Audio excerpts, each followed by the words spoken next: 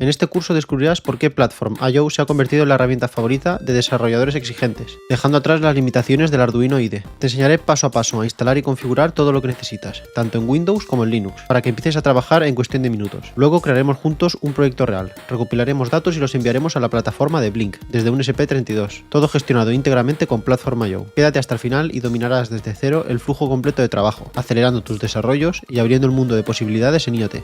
Primero voy a explicar qué es Platform.io. Muchos pensarán que es un IDE como puede ser el clásico Arduino IDE, pero es importante aclarar que Platform.io no es en sí un IDE completo, más bien es un ecosistema o framework que se puede añadir a un IDE, como una extensión o un plugin, permitiendo a los desarrolladores aprovechar al máximo las capacidades de su editor preferido. La mayoría de personas lo que hacen es integrarlo con Visual Studio Code, que es ampliamente utilizado en la comunidad de programadores, pero se puede incluir realmente en múltiples IDEs, como Eclipse, CodeBlocks, Qt, Visual Studio o Vim. Estoy pasando por alto que sabes lo que es un IDE, porque supongo que la mayoría de gente que ve este vídeo viene de utilizar el Arduino IDE, pero no viene mal repasar. La palabra IDE viene de las siglas Integrated Development Environment, o entorno de desarrollo integrado. Entre los componentes más comunes de los IDEs está el editor de código. Este es el espacio donde escribes el código. Es similar a una hoja en blanco en la que puedes poner todas tus instrucciones. En Visual Studio Code, por ejemplo, abres un archivo y escribes tu programa. Normalmente en este espacio donde escribes está el resaltado de sintaxis. Al escribir, las palabras importantes se muestran en colores diferentes, como si estuvieras usando marcadores para destacar las instrucciones clave. Esto facilita ver de un vistazo qué partes son comandos, variables o comentarios. Por ejemplo, las palabras reservadas en C++ o Python se mostrarán en azul o rojo, ayudándote a leer y destacar errores rápidamente. Y otra cosa que podemos encontrar en la zona del editor de código es el autocompletado. Es como cuando escribes un mensaje en tu móvil y este te sugiere la siguiente palabra o frase. Pues el IDE hace lo mismo, te ayuda a completar palabras o funciones mientras escribes, ahorrándote tiempo y evitando errores tipográficos. Después, en un IDE también tenemos el compilador, el cual convierte el código fuente en el código máquina que se puede ejecutar. Y cuando tenemos todo esto compilado, los IDEs también tienen el uploader, es decir, el componente que transmite el código compilado al dispositivo de destino, que queremos que ejecute ese código. Por otra parte, tenemos el debugger, que facilita la identificación y corrección de errores en el código, permitiendo ejecutar el programa paso a paso. Es lo típico que hacemos de poner breakpoints en las partes del código que queremos que se pare, para así observar variables en tiempo real o por qué el código está fallando. También está el gestor de bibliotecas. Muchas veces, en lugar de escribir todo desde cero, se utilizan fragmentos de código ya creados, lo que se llaman comúnmente las bibliotecas. Por ejemplo, leer la temperatura o controlar un LED. El gestor de bibliotecas te permite buscar, descargar e integrar estas piezas fácilmente en tu proyecto. Un ejemplo sería si necesitas un LED que parpadee. Puedes buscar una biblioteca que ya tenga implementada esa función, instalarla y luego usarla sin tener que escribir toda la lógica desde cero. Y luego tenemos el administrador de placas, que permite trabajar con varios tipos diferentes de microcontroladores. Y por último está el control de versiones, que te permite tener un seguimiento de cómo va evolucionando tu código creando versiones de este. De todos los que acabo de explicar, Arduino IDE tiene la mayoría de componentes, pero le faltan algunas. Por ejemplo, el Arduino IDE no tiene el famoso autocompletado, que sí tiene Platform.io, o el control de versiones. En Arduino IDE no disponemos de una sección en la que se tenga una interfaz para el control de versiones. En cambio, en Platform.io sí. Algo muy importante y una característica por la que puedes decidir cambiarte de utilizar el Arduino IDE a Platform.io es que en Arduino IDE, cuando instalas una librería, se descarga de forma global, en la carpeta de tu Sketchbook. Esto significa que, sin importar el proyecto en el que estés trabajando, todos utilizarán la misma versión de la librería. Si se actualiza la librería, todos los sketches pasan a usar la nueva versión, lo que puede causar que un proyecto que dependía de una versión anterior deje de funcionar correctamente. En cambio, Platform.io utiliza un enfoque totalmente diferente. Lo que hace es que cada proyecto posee un archivo de configuración llamado platform.io.ini, donde puedes especificar de forma precisa las dependencias y las versiones de las librerías que el proyecto necesita. Hablaremos de este archivo más adelante. Así, lo que consigue es que cada proyecto queda congelado con la versión exacta de cada librería, garantizando que las actualizaciones globales no afecten al comportamiento del código. Además, este método de gestión de dependencias a nivel del proyecto se integra perfectamente con el sistema de control de versiones. Facilita la automatización y el seguimiento de cambio en cada entorno de compilación. Simplemente es una forma de verlo mucho más flexible. Tal vez tenéis un código que hace mucho que no utilizáis o simplemente no os acordáis si era el código que habíais utilizado. Cuando abrís el Arduino IDE y hacéis una actualización de las librerías y ejecutáis el código, quiero saber si ese código no funcionaba porque previamente había algo mal o simplemente ha dejado de funcionar porque la librería nueva ha hecho que el código no funcione. Con Platform.io tienes completamente control sobre esto. Como ya hemos comentado antes, Platform.io se puede instalar como un plugin en Visual Studio Code. Y en este vídeo es justo lo que vamos a hacer. Os he hablado por encima de lo que es un IDE y para qué sirve Platform.io, pero necesitamos instalarlo para verlo y entrar en más en detalle. Así que voy a guiaros paso por paso con la instalación. Tanto si estáis para un entorno Linux como en Windows, que es donde lo voy a hacer yo, lo que vais a necesitar es VS Code, porque vamos a instalar Platformio como una extensión de este, y también tenéis que tener instalado Python, ya que Platformio por detrás utiliza Python. Lo primero que vamos a hacer es un sudo apt update.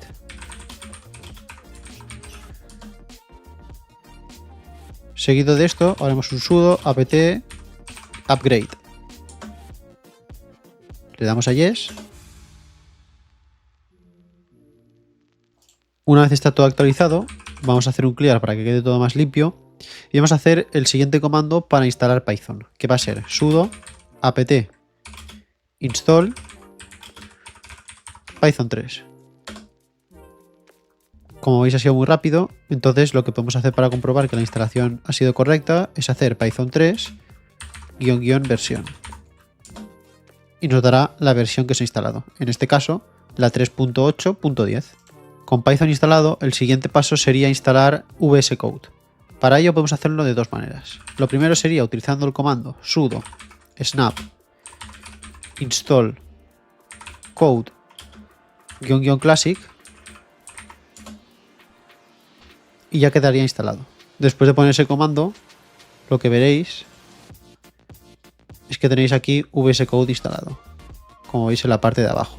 Otra forma de hacer la instalación sería yéndome a la web oficial de Visual Studio Code y descargando el .dev. En esta ventana de aquí le dais install, ponéis vuestra contraseña admin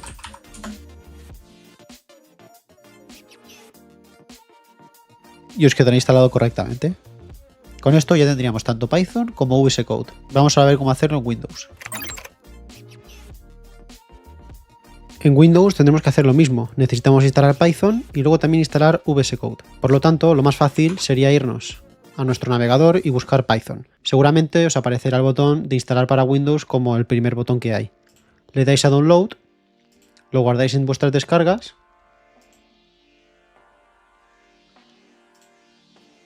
lo ejecutáis, tenéis que marcar el Add Python Exe to Path.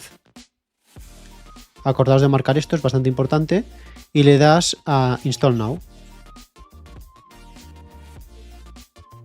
Con esto ya tenéis instalado Python. Por lo tanto, lo siguiente a instalar sería Visual Studio Code. Si ponéis en vuestro buscador code visualstudiocode.com, lo podréis instalar. Le dais a Download for Windows, os llevará a un enlace, lo guardáis y le dais a instalar.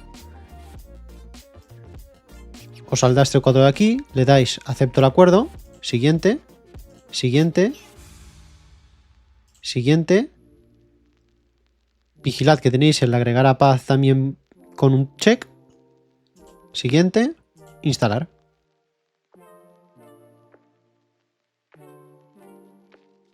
Y con esto ya lo tendrás correctamente instalado. Esto lo pongo aquí para que no se abra y le doy a finalizar. Una vez tenemos ya tanto Python como Visual Studio Code, tanto en Linux como en Windows, lo que vamos a hacer ahora es instalar Platform.io. Una vez estamos en Visual Studio Code, lo único que tenemos que hacer es irnos a la parte de extensiones. No os preocupéis por el tema del sistema operativo. En cualquier sistema operativo, sea por Linux o sea por Windows, incluso por macOS, lo único que tenéis que hacer es, una vez abierto Visual Studio Code, iros a la parte de extensiones y buscar Platform.io. Os saldrá este de aquí, que tiene 5,3 millones de descargas, y le das a instalar.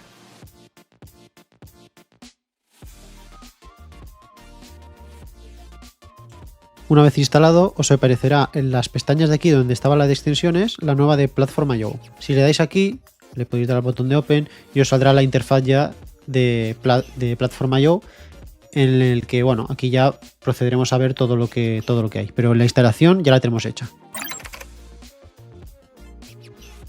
Cuando abramos la extensión en Visual Studio Code, lo primero que nos aparecerá es esto de aquí. Si no, os venís aquí y le dais aquí a Open y os abrirá esta parte de aquí. En el apartado Home es como la página principal de Platform.io. Y desde aquí lo que puedes hacer es crear nuevos proyectos, abrir los proyectos existentes que tengas, acceder a documentación y tutoriales o ver noticias y actualizaciones de Platform.io, como podéis ver aquí. ¿Vale? Si vais pasando por aquí, podéis ver noticias que va subiendo la plataforma relacionadas con esto. con todo este entorno. Es un poco el punto de partida para navegar por las demás secciones. Si nos desplazamos a la siguiente, está Projects. Yo ahora mismo lo tengo vacío porque realmente no he creado ninguno todavía. Lo voy a hacer todo con vosotros para que veáis paso a paso cómo se hace. Lo que veréis aquí es, pues bueno, los proyectos que tenéis en desarrollo. Podéis abrir, renombrar o eliminar los proyectos. Incluso pues ver la placa utilizada, el framework y la ubicación del proyecto. Facilita un poco la organización y el acceso a los diferentes trabajos que hayamos creado. Luego tenemos el apartado de Inspect. En este apartado lo que nos va a hacer es permitir analizar en profundidad tu firmware. Al seleccionar un proyecto en específico, lo que puedes hacer es ver estadísticas del uso de la memoria RAM y la memoria flash, por ejemplo, del dispositivo que estás programando. Además, identificas los archivos y los símbolos que más espacio ocupan, o por ejemplo, explorar las secciones y símbolos del firmware. Al fin y al cabo, lo que vas a hacer es realizar un análisis estático de tu código, y con eso pues lograrás optimizar el rendimiento y tamaño de tu aplicación. Después tenemos las librerías. En las librerías lo que tenemos son las bibliotecas que disponemos para utilizar en Platform.io. Desde aquí tenemos un buscador donde se buscan e instalan las nuevas bibliotecas que queramos utilizar, actualizar, incluso eliminar bibliotecas existentes. Facilita un poco la integración y el mantenimiento de estas dependencias que hay en los proyectos. Luego tenemos la sección de placas, de boards. Bueno, simplemente explora y selecciona las placas de desarrollo que hay compatibles. Lo buscas por el nombre, por el fabricante, las características y se ve pues la información detallada como el microcontrolador, la memoria y los periféricos que tiene dicha placa. Al fin y al cabo vamos a necesitar seleccionar una placa para iniciar un nuevo proyecto. Por lo tanto, aquí las tenéis un poco con las especificaciones que tiene cada una. Y luego nos vamos al apartado de plataforma. Bueno, a mí me costaba un poco entender qué era esto de la plataforma, pero pensad que el tema de la plataforma es como una caja de herramientas que contiene todo lo necesario para que puedas convertir tu código que escribes en un programa para que lo entienda el microcontrolador.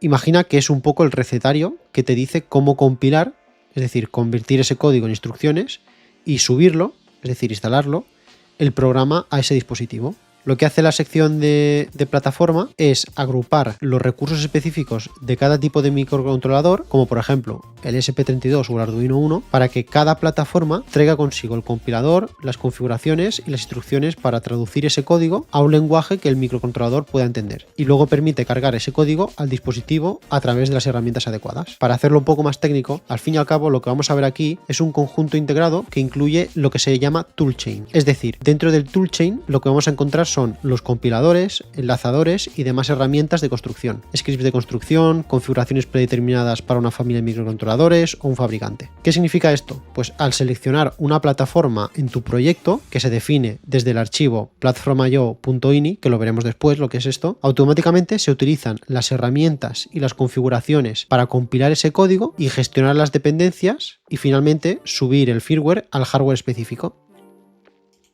Y finalmente tenemos la pestaña de Devices, de dispositivos, donde se muestran todos los dispositivos conectados a tu sistema, donde se puede ver la información como el puerto, la velocidad de conexión y el estado. Facilita un poco la interacción con el hardware conectado a tu ordenador, a tu sistema. Lo que vamos a hacer ahora es crear nuestro primer proyecto en Platform.io. Para ello vamos a ir a la pestaña de proyectos y vamos a crear un nuevo proyecto. Yo lo estoy haciendo de un ESP32, ¿vale? Así que voy a poner ESP32 y voy a hacer el típico ejemplo de Blink. Tengo que elegir una placa, así que voy a poner ESP32 y voy a buscar Expressive ESP32 Dev Module. Normalmente esta placa sirve para cualquier versión de ESP32 que haya. Y de framework selecciono el framework de Arduino. Ya lo habíamos comentado antes, pero el framework es en esencia el conjunto de herramientas y bibliotecas que te ayudan a construir tu aplicación de manera estructurada, sin tener que partir de cero. Funciona como la base sobre la que apoyas tu código. Te ofrece las rutinas predefinidas, funciones y mecanismos para comunicarte con el hardware, encargándose de tareas comunes como la inicialización del sistema o la configuración de periféricos. Por ejemplo, en el framework de Arduino, aunque el programa solo ves y escribes la función setup y loop, En realidad ya existe un archivo main.cpp que se encarga de preparar el hardware y llamar a estas funciones en el momento adecuado. Esto significa que el usuario puede concentrarse en la lógica del proyecto sin preocuparse por el inicio del programa, ya que todo está abstracto tras el framework. En contraste, cuando eliges el framework DSP-IDF para desarrollar con un SP32, la situación cambia. Ya no hay un código oculto que invoque tu código. Aquí defines tu propia función de entrada, generalmente denominada appmain, lo que te da un control total sobre la inicialización, la creación de tareas y la gestión de sistemas operativos en tiempo real. Este enfoque es más flexible y potente, pero a la vez requiere de un mayor conocimiento de la arquitectura del microcontrolador y de la administración de recursos. Otro ejemplo que seguramente os ayuda a entender más todo esto del framework es que en el framework de Arduino, por ejemplo, cuando llamas a la función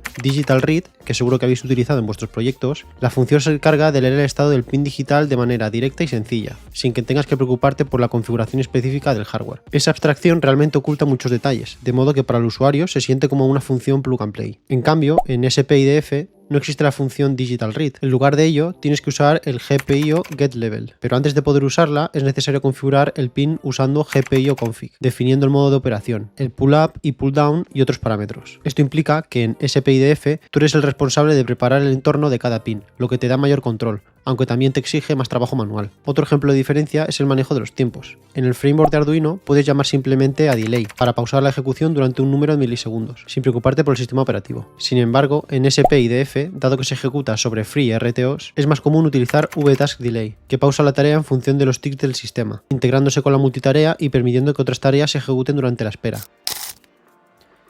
Y le doy a finish. Por lo tanto, aquí, como veis, se me van a hacer una serie de pasos para crearme el proyecto para el SP32. Esperamos hasta que se cree el proyecto y seguimos.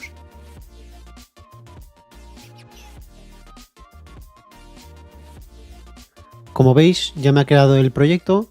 Le voy a dar Yes, I trust the authors y tenéis ya por aquí el proyecto que acaba de crear.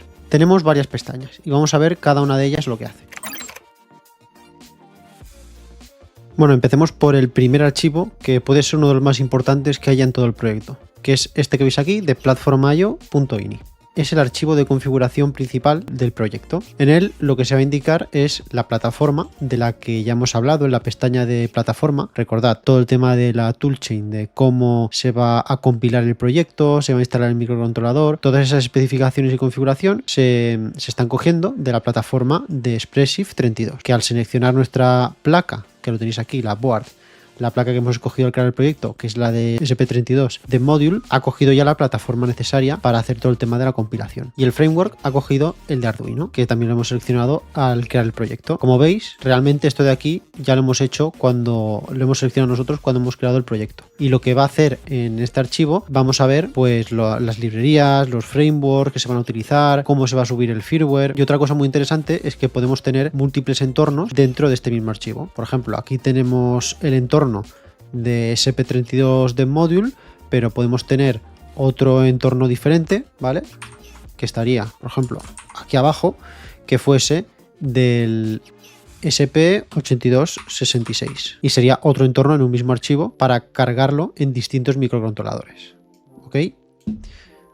Por el momento lo dejamos así. Luego tenemos esta carpeta de aquí, la carpeta source, que tiene el main.cpp. Aquí se almacena el código fuente de tu proyecto. Normalmente, pues los archivos CPP, es decir, los archivos C++, los archivos en C, los .c y también los .h. Aquí, en esta carpeta, es donde se va a ubicar un poco el corazón de la aplicación. Digamos que este sería como el sketch que estamos creando, que es el que vamos a cargar en el microcontrolador en el Arduino IDE, que como veis, si habéis utilizado el IDE de Arduino, tiene la misma estructura. Aquí, por ejemplo, se hace una función que realmente esto lo podemos quitar, es un ejemplo que te crea, esto también se puede quitar, y lo que no se puede quitar es esta primera línea de aquí, que es lo que incluye todo el tema de, bueno, es la librería de Arduino, que en el caso del Arduino IDE no hay que instanciarla, es decir, nunca la habréis puesto aquí arriba del todo en un nuevo sketch, porque ya lo hace el Arduino IDE de por sí, por defecto ya la tiene incluida. Aquí, como no estamos en el Arduino IDE, pues hay que incluirla. Luego tenemos la carpeta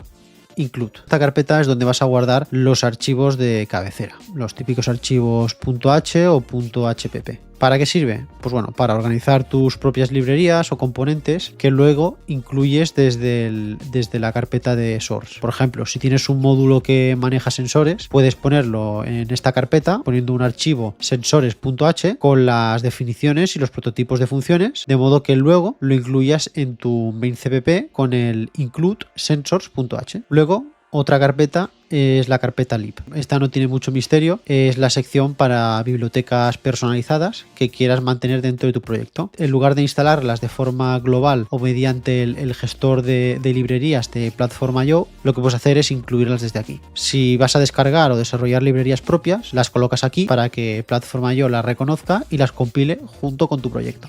Otra carpeta que podemos ver es la carpeta de test. Este directorio está reservado para test unitarios o unit testing. Para los que no hayan utilizado nunca esto, los unit test lo que hacen es testear partes de tu código de manera automática, de forma que tú puedes hacer una serie de textos unitarios que se les llaman, de forma que cuando tú hagas una nueva versión de tu código, corras estos tests para verificar que todo está en orden. Imaginaos que ponéis unos cuantos flags y corréis algún tipo de salida, pues al crear un nuevo código, una nueva versión del código, digamos, si haces control de versiones, lo que vas a hacer es correr una serie de unit test para verificar que ese código nuevo, esa nueva versión que has creado, no tiene ningún error. El archivo de gitignore también lo tenéis aquí, que el gitignore, para el que no haya trabajado con Git, es un archivo que se suele poner a los proyectos, digamos que decir que no se suba esos archivos o esos directorios de un proyecto a la nube cuando haces control de versiones. Después tenemos la carpeta .pio/build. Es una carpeta generada automáticamente por Platform.io cuando se compila el proyecto. ¿Para qué sirve esta carpeta? Pues guarda los archivos intermedios de compilación, archivos con extensión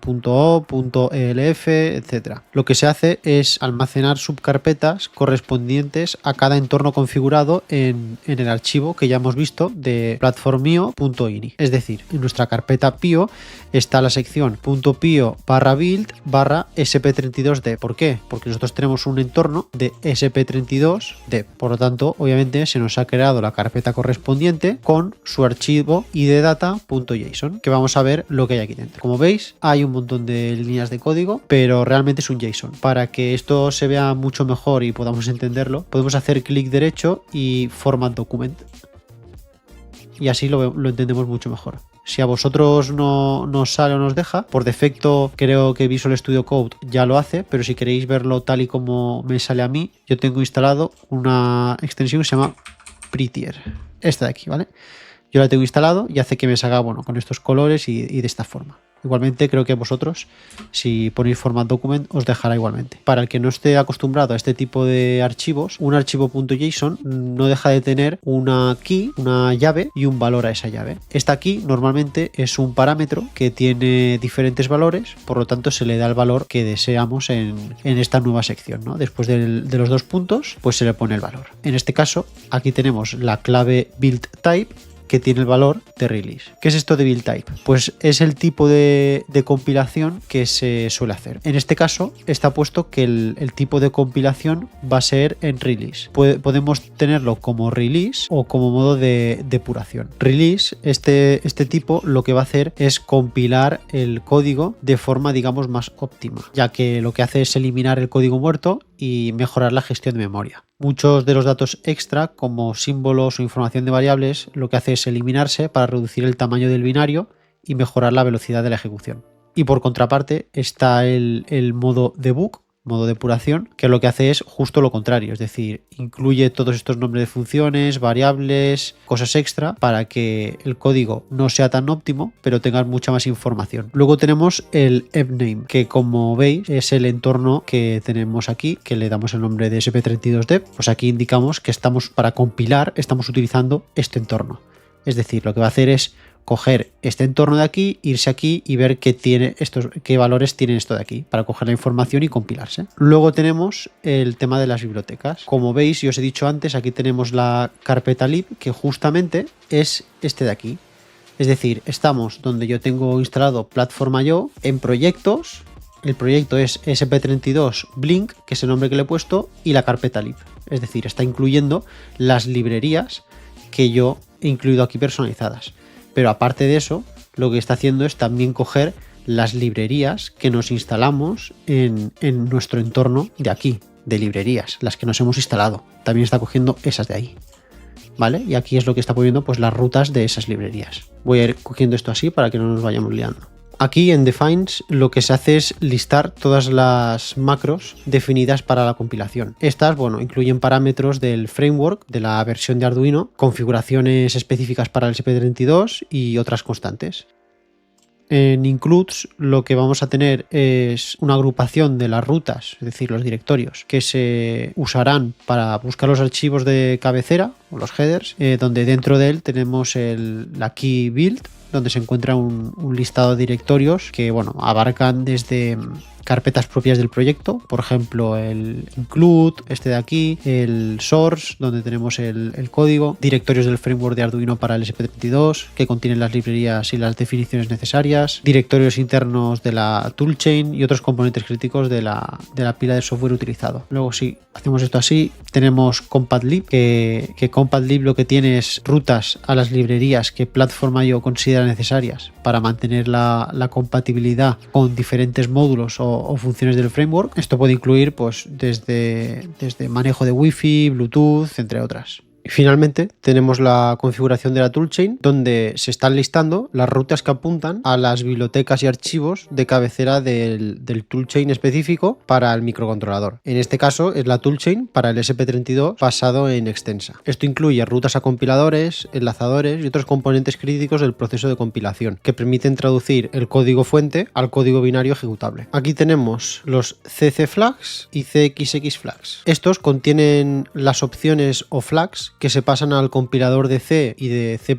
respectivamente. Luego tenemos el ccpath y cxxpath y gdbpath, donde se indican las rutas directas a los ejecutables del compilador de C y del depurador. Y esto es necesario para que Platform.io sepa exactamente qué herramientas usar para compilar y depurar el proyecto. Y luego tenemos estas tres más, donde la primera, procpath, indica la ruta del archivo resultante de la compilación. Generalmente tiene el formato .elf, que representa el firmware compilado. El svdpath lo tenemos a null y el tipo de compilador es gcc. Y luego tenemos los targets, donde tenemos una serie de comandos integrados, digamos, que hacen unas instrucciones en específico. Por ejemplo, buildfs se utiliza para construir una imagen del sistema de archivos, pero size, por otro lado, se utiliza para calcular el tamaño del programa. Upload y uploadfs se utiliza para subir el firmware y el sistema de archivos al dispositivo. Erase se utiliza para borrar la flash. Y luego tenemos finalmente este apartado extra, que lo que nos está diciendo es que cada objeto describe una imagen binaria que se debe grabar en la memoria flash. Es decir, aquí tenemos una dirección donde se tiene que guardar en la memoria flash este archivo binario de aquí, bootloader.bin. Luego tendremos otra dirección donde se tendrá que guardar otro binario de particiones y en otra dirección bootup.bin. Bootloader.bin es el primer binario cargado y es fundamental para iniciar el proceso del arranque del microcontrolador. Luego, partitions define el esquema de particiones de la memoria flash. Por ejemplo, la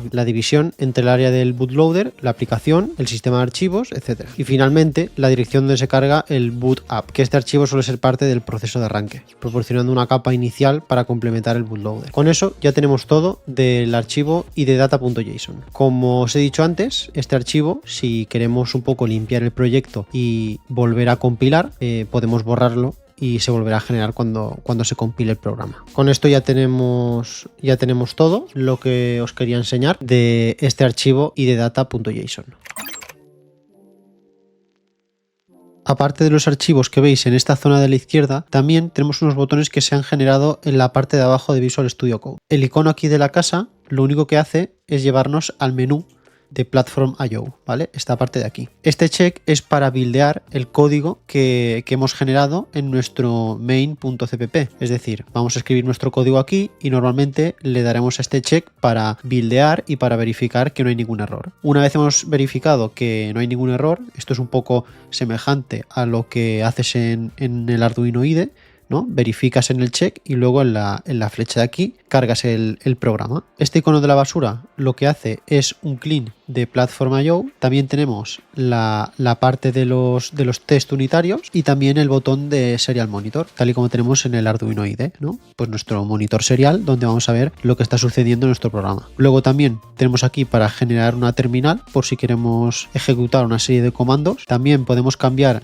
entre los proyectos, ¿no? Y entornos que tengamos, ya que aquí en esta zona, si ahora creásemos otro proyecto, pues se nos añadiría aquí, podríamos tener más de un proyecto y trabajar en el mismo entorno con todos los proyectos a la vez, en simultáneo, sin tener que abrir pues diferentes ventanas. Con esto ya tendríamos un poco todo lo que hay en la interfaz una vez creamos un proyecto, así que vamos a pasar a crear uno, a intentar pues bueno, poner el código, compilar, cargar y ver que todo funciona correctamente. Obviamente también vamos a instalar librerías para ver un poco el mismo proceso que haríamos en Arduino IDE, pero en Platform.io.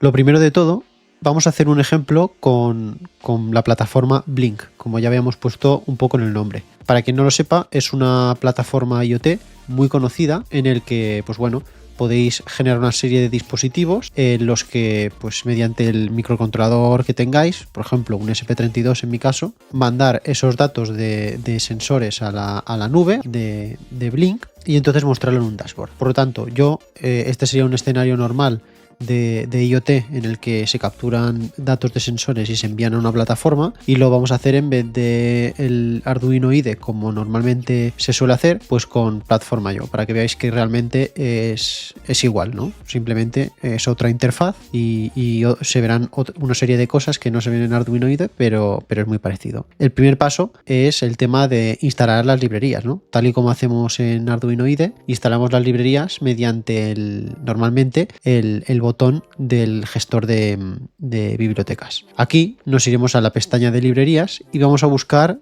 la librería de Blink, de la plataforma Blink. Tal cual, buscamos aquí y si bajamos un poco para abajo tenemos esta, que es la que queremos instalar, ¿vale? ¿Qué necesitamos hacer? Simplemente esta librería, incluso si os vais al Arduino IDE veréis que es la misma, es de la misma persona. Veréis por aquí también las plataformas con las que se puede integrar esta librería y los frameworks. Nosotros estamos en el framework de Arduino, que como veis aquí pues es compatible, y aquí en plataforma estamos en la de Espressif 32, ¿vale? Del SP32. Por lo tanto, lo que tendríamos que hacer es coger la versión, vamos a coger la última versión que hay y la añadimos a nuestro proyecto. ¿A qué proyecto? Pues al que acabamos de crear, al del SP32 Blink. Le damos aquí y le damos a Add.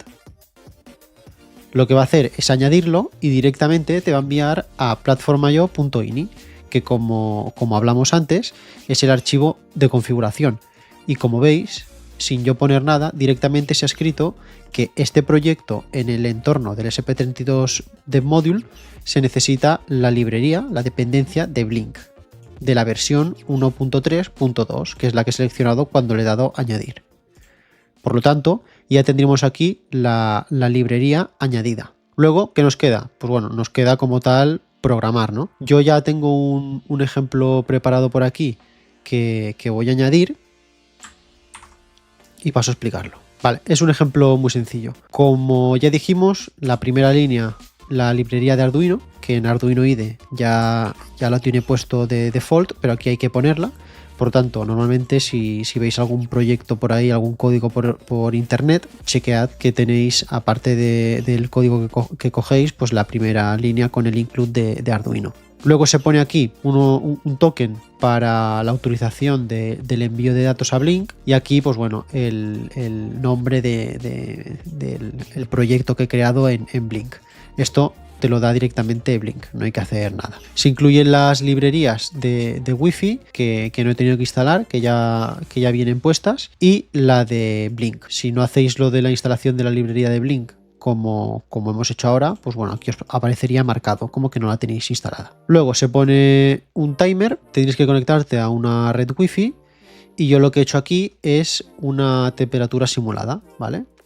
Para no complicarlo y que todo el mundo lo pueda hacer, si no tenéis ningún tipo de sensor y queréis aprender, pues bueno, tenéis este código que os lo dejaré en la descripción, donde simuláis directamente el valor que os daría el sensor. Aquí al simularlo no me voy a meter en qué se hace en Blink, porque es un poco la idea es ver cómo funciona Platform.io, pero bueno, yo he creado un punto donde una variable se está esperando, que es la variable de temperatura, que está asociada al pin V0, que es un pin virtual, y se escribe esa temperatura que he creado de forma simulada, ¿no?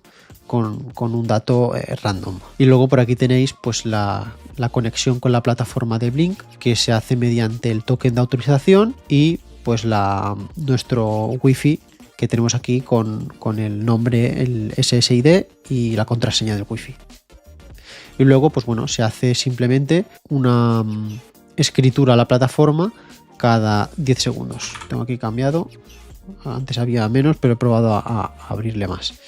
Cada 10 segundos se envía la temperatura. Para que veáis un poco el proceso, lo que voy a hacer ahora es que, bueno, simplemente tengo conectado mi SP32, como veis aquí en la parte de dispositivos. Lo veréis cuando lo conectéis, y simplemente lo que voy a hacer es primero compilar el programa dándole al check de aquí abajo como os he dicho antes.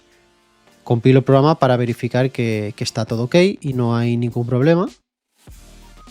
Y me ha dicho que no ha habido ningún problema, ¿vale? El código está bien. Por lo tanto, voy a proceder ahora a cargar el programa, tal y como haríais en Arduino IDE, pero dando al botón este de aquí de cargar. Muy bien, ha cargado perfectamente. Vamos a darle al botón de Serial Monitor para abrir el monitor serial. Ahí me ha hecho la conexión con Blink, está ready y va a generar ahí una temperatura que, bueno, como la tengo cada 10 segundos, tarda un poco, pero bueno, ahí como veis ha generado una temperatura que si venimos por aquí a la plataforma de Blink, que la tengo aquí, pues es justo la que está haciendo, ¿vale? Como veis, pues 28... A ver si puedo editarlo. Así mejor, vale. ¿Veis? La que estoy generando aquí, como veis en la terminal, la parte de abajo, es la que se está viendo aquí. Como veis, el proceso es realmente lo mismo que el Arduino IDE. Simplemente la interfaz y todo es diferente, pero no deja de ser, pues bueno, una forma diferente y realmente mejorada que el Arduino IDE, ya que tiene pues las mejoras que ya hemos comentado. Como ya habíamos dicho también, en la sección de inspección lo que puedes hacer es justamente ver tu proyecto y recopilar estadísticas de este. Cuando entréis a esta ventana, lo único que tenéis que hacer es seleccionar el proyecto que queréis analizar y darle a inspeccionar, dejando marcados la inspección de memoria y la inspección de código.